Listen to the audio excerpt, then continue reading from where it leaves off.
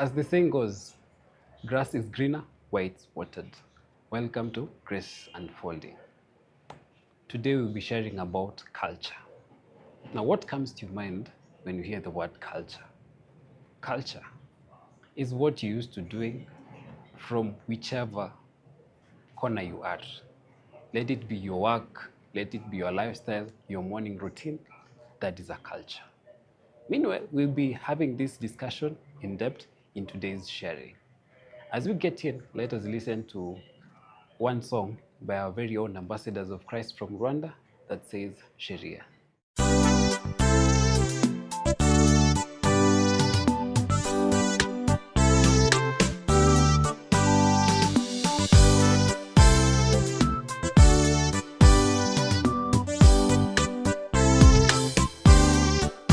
Zipo sheria pia amri za barabarani, zitupasazo kuzitii tukiwa safarini. Kinachoshangaza muda mwingi tunasahau kuwa hizo amri zipo kwa usalama wetu. Ndiyo sababu unawaona madereva wakiendesha kwa kuchungana na polisi, mwendo mkali bila kujali chochote, maisha yake hata maisha ya wengine. Pale atapomona askari kwa mbali, atajifanya kuzijali amri na sheria, kusudi ampendeze askari huyo, ila siyo kwamba ajiepushe na ajali.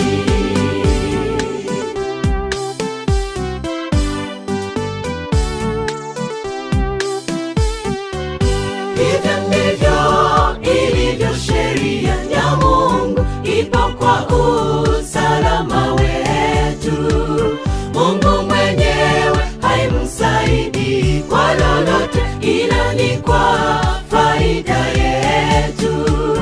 Lakini siku hizi za mwisho yapo mafundisho ya kwamba amri zake Mungu hazifai tena.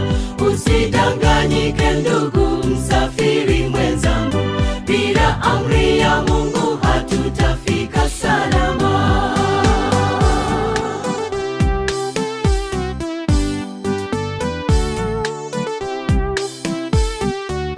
Katika safari hii ya wokovu twahitaji mwongozo, tuwekwe sawa na jamii ya mbinguni. Kama ni kweli twauthamini wokovu ule, basi tutazishika amri kwa usafi wetu. Kama ni kuiba madhara yake twayajua, je, kuzini matunda yake yako wazi. Usidanganye, kumbuka pale ulipodanganya na jinsi ulivyokosa amani moyoni. Jambo hili li wazi kwamba jamii iliyoyote huwa na utamaduni pia desturi yake. Kwa hiyo kazi yake amri na ile sheria ni kutuzoeza na utamaduni wa mbinguni.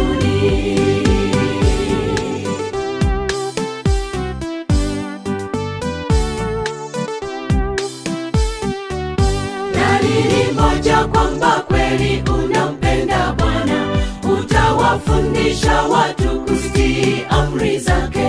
Hata Bwana mwenyewe kwa kinywa chake asema, kama kweli mwanipenda mtazitii amri zangu. Hivyo yatupasa wote tulokombolewa kujizoeza nayo desturi ya nyumbani.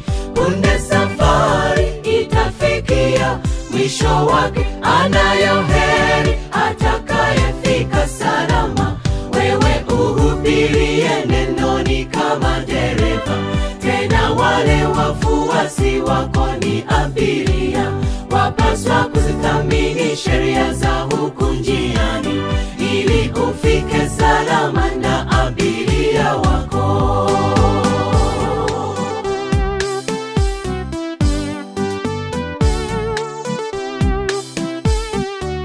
Hivyo ndivyo ilivyo sheria ya Mungu, ipo kwa usalama wetu. Mungu mwenyewe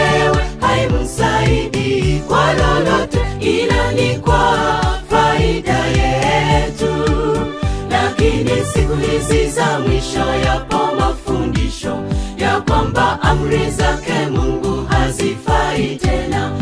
Usidanganyike ndugu msafiri mwenzangu, bila amri ya Mungu hatutafika salama.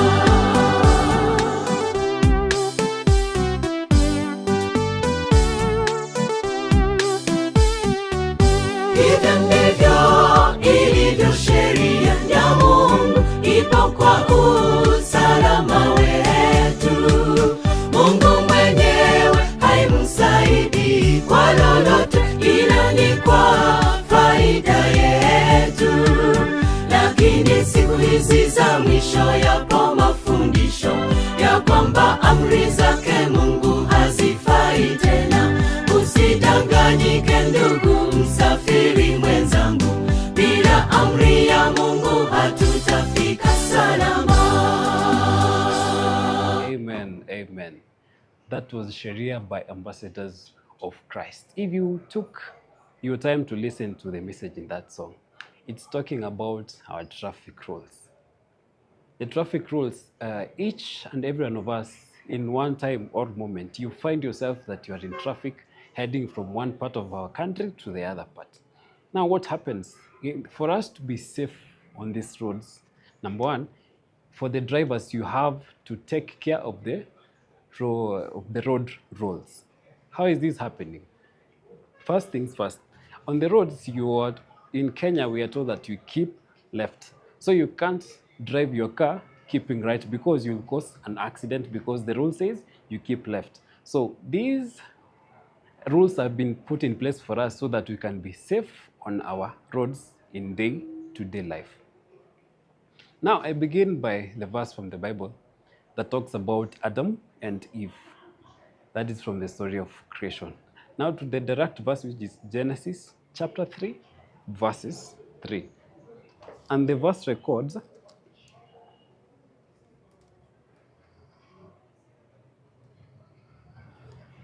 except the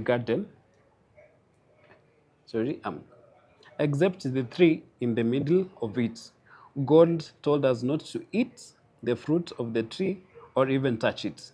If we do, we will die. Now, I've just picked that verse from that concept where Eve was being approached by the serpent, and the serpent was sweet-talking her so that she can actually take the apple that God had told them not to.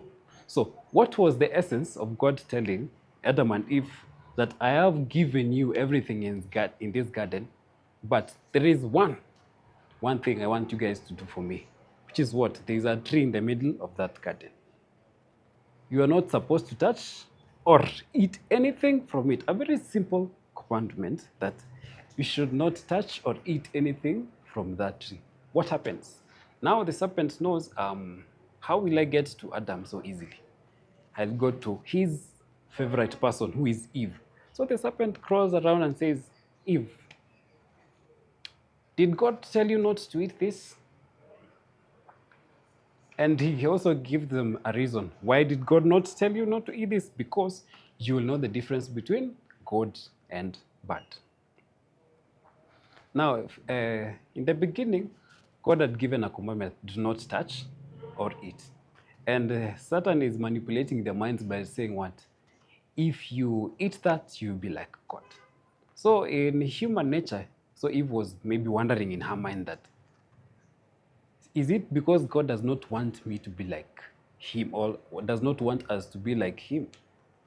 Then so easily she took a bite, then took it to Adam. Then in that mode of sweet talking and say like, if you don't eat this, I'm going to kill myself, and the man does not want his favorite person to kill herself. What does he do? He takes a bite as well. Then God now comes back and asks them, Adam, where are you? He does not even directly answer that question. It's like, the woman you gave me. You see? The blame game began from a very long time ago. In relation to our roads commonly, if someone was driving on the wrong way and happens to hit another car, so the driver that is hit when the police come on that scene, he'll be like, he hit me, he was on the wrong way. Regardless that he was or she was on the wrong way, you pull in to know if this person was in the right state of mind or they had an issue, that's why he was on that wrong side. All factors remaining constant. So you should be able to understand what really happened, what really conspired, but not blaming one another. Now what happens? Number one, if you go against the road rules, one point or the other, you find yourself causing an accident. The same way, Eve took that fruit, ate it, took it to the husband, and they broke the first commandment that God told them that do not touch or eat, showing that human race had already fallen by not taking kin of those commandments.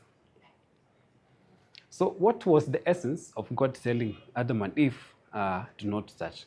Number one, in our common society, all of us come from different ethnic groups in this country of Kenya. There are several that you can name them and not finish them at this moment. For instance, let me take one that I understand well, which is from the Kisii people. Especially on a wedding ceremony, there is something that happens on the D-day of the wedding, which is when the man comes from the bride from her home, the gates are closed by the aunties and maybe some uncles if they are present, but mostly it's the aunties that are there. What happens? Now these aunties, you want to take the lady from that home. So for them, they'd be like, for us, we need you to appeal us so that we can let you in. What do they mean by appealing us? Buy them tea, buy them a Masai shuka, buy them maybe clothes, or if it's an uncle, buy them a suit. That is actually what is meant by saying, we need you guys to appeal us so that we can also let you take our daughter from this compound. So as a man, when you come there, what do? You always have it in store ready. You know that if I have to be here, I have to do ABCD, which is I have to give out a suit, I have to give out maybe sometimes utensils, sometimes money. So it depends on what actually you're able to give out at that time.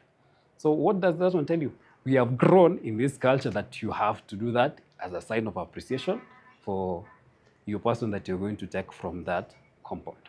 In the same way, when God was giving Adam and Eve a commandment that not to touch or eat, what they needed to do was this. In heavenly culture, people are meant to act in a specific way. That is, have a culture that you need to do good things, you need to be a person that has impressive character in the eyes of God. So as a Christian, there's a character that God expects you to do. A character which is the complete opposite of Satan. Which is what? You need to be a person who is humble, God-fearing.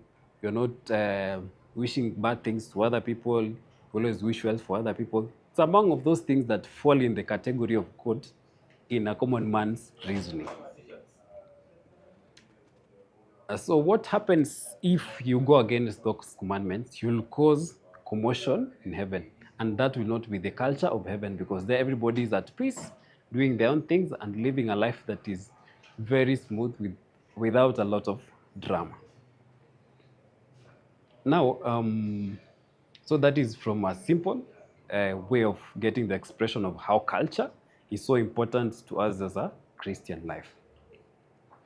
So we have gotten to relate how culture here on earth relates with that culture in heaven. So if at one point you're not able to follow road rules, if at one point you're not able to relate with your culture, be sure, even when you're given the commandments from the Bible, you are told do not steal, do not commit adultery, do not kill, do not covet. It's among a few those of commandments. If you're not able to follow simple rules that keep left, that's in the Kenyan roads. On the roundabout, there's a way you exit using the first exit, second exit, depending on which lane you joined with the roundabout. Now, if you do the complete opposite, you'll be causing commotion and accidents in the roads. So number one, if it's hard for you to follow rules here on earth, are you sure that when you get to heaven, you'll be able to follow the rules that are there? You see, sometimes that's why you need to get used to a culture and a custom that is heavenly for you to find it easy time for you to head to heaven. consequently, those are a few of the examples that we can get to read so that we understand really how does the heavenly culture work. Now, it happens also we have our politicians out here. We see them every other day. You see those guys, they have very big names. You see when, say, for instance, a governor comes to an area around where you are staying, he's always accompanied with big cars, a lot of people, because people associate these governors with money, and money, which everybody is what everybody needs. And what happens when they know the governor is there, everybody will be around to listen. And when you've listened, what will you be expecting? You'll be expecting, like, at the end of the day, I'll be getting something from me attending this gathering of the governor. Now, those are big names. But what does that one tell you? Okay, for him or her, God placed that person in that position during that period to fulfill a certain purpose. And you see, if somebody is a governor in a Kenyan government, elections is every other 5 years. So you'll be there for those 5 years. If you do good, people will bring you back. If you won't deliver, you go home, another one will come back. So, and in a short period, those names, that is the famous governors you knew, will be out of office, go back home, relax, feed the cattle, take care of chicken at home, and be a family man or a family woman, depending on the status of that person. So what does that one tell you? You are used to a culture that these governors were your leaders and the people you were to turn to during that specific time. But in due time, they will be out of office and you'll also be depending on another person. So what do you learn from that? In a short period, these people will leave those offices and you'll not be depending on them anytime more. Meaning that you'll forget about their names, you will not even know if they existed. Because if, say, this era, at this age I am, there are governors that are there right now. So by the time I'm over 40 years old, we will be different people in office. So, and by children who will be present at that time, they'll not be knowing who are the governors at this time. If at all they won't study history. You see, those names will have been forgotten by that time. In the same spirit, I would like us also to listen to a song by the Cherith Ministers that says Majina.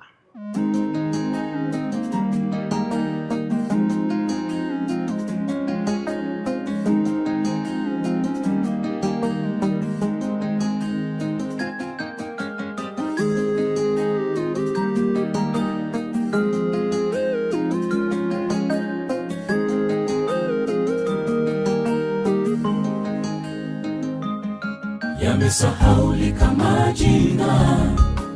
majina makubwa, majina ya viongozi, madaktari na wanaspoti, na hata yale tukumbukayo hayana nguvu kamwe. Ni jina moja tu ndilo ladumu tena lenye nguvu. Yamesahaulika majina makubwa, majina ya viongozi, madaktari na wanaspoti, na hata yale tukumbukayo hayana nguvu kamwe.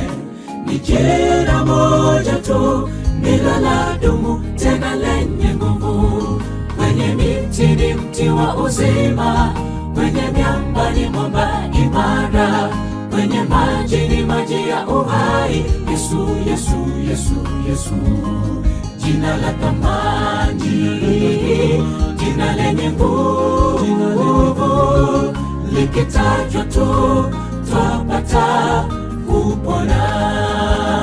Jina la thamani, jina lenye nguvu, likitajwa tu twapata kupona. Twajivunia jina hili Yesu, Yesu, Yesu, Yesu, tu jina lisilozeka, lisilopitwa na wakati. Kwake twapata uponyaji, kwake twapata nemeshwa. Kwa jina hili tumemshinda adui mwovu Shetani. Kwake twapata uponyaji, kwake twapata nemeshwa. kwa jina hili tumemshinda adui mwovu shetani. Twajivunia jina hili Yesu, Yesu, Yesu, Yesu, jina lisilozeka, lisilopitwa na wakati. Kwake twapata uponyaji, kwake twapata neemeshwa. Kwa jina hili tumemshinda adui mwovu shetani. Kwake twapata uponyaji, kwake twapata neemeshwa. Kwa jina hili tumemshinda adui mwovu shetani.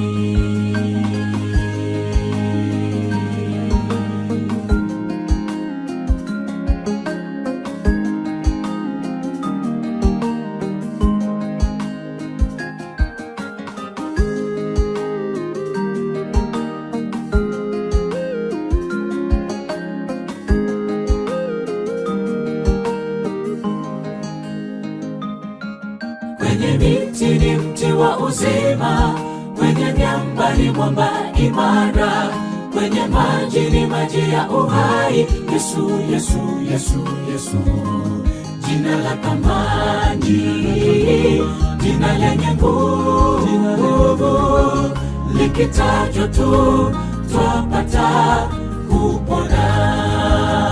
Jina la thamani, jina lenye nguvu, likitajwa tu twapata kupona. Twajivunia jina hili Yesu, Yesu, Yesu, Yesu, jina lisilozeka, lisilopitwa na wakati.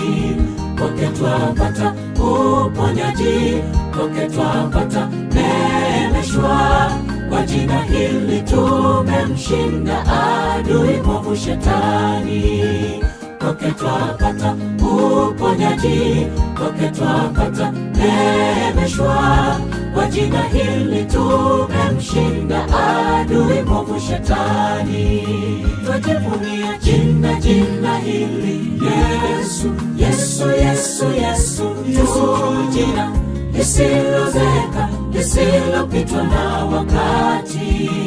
Kwake twapata uponyaji, kwake twapata neemeshwa. Kwa jina hili tumemshinda adui mwovu shetani.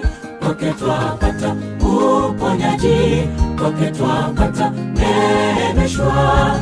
Kwa jina hili tumemshinda adui mwovu shetani. Twajivunia jina hili Yesu, Yesu, Yesu, Yesu, jina lisilozeka, lisilopitwa na wakati. Kwake twapata uponyaji, kwake twapata neemeshwa. Kwa jina hili tumemshinda adui mwovu shetani. Kwake twapata uponyaji, kwake twapata neemeshwa. Kwa jina hili tumemshinda adui mwovu shetani. Amen. That was Majina by the Cherry Ministers. Now, a recap of what we've learned today.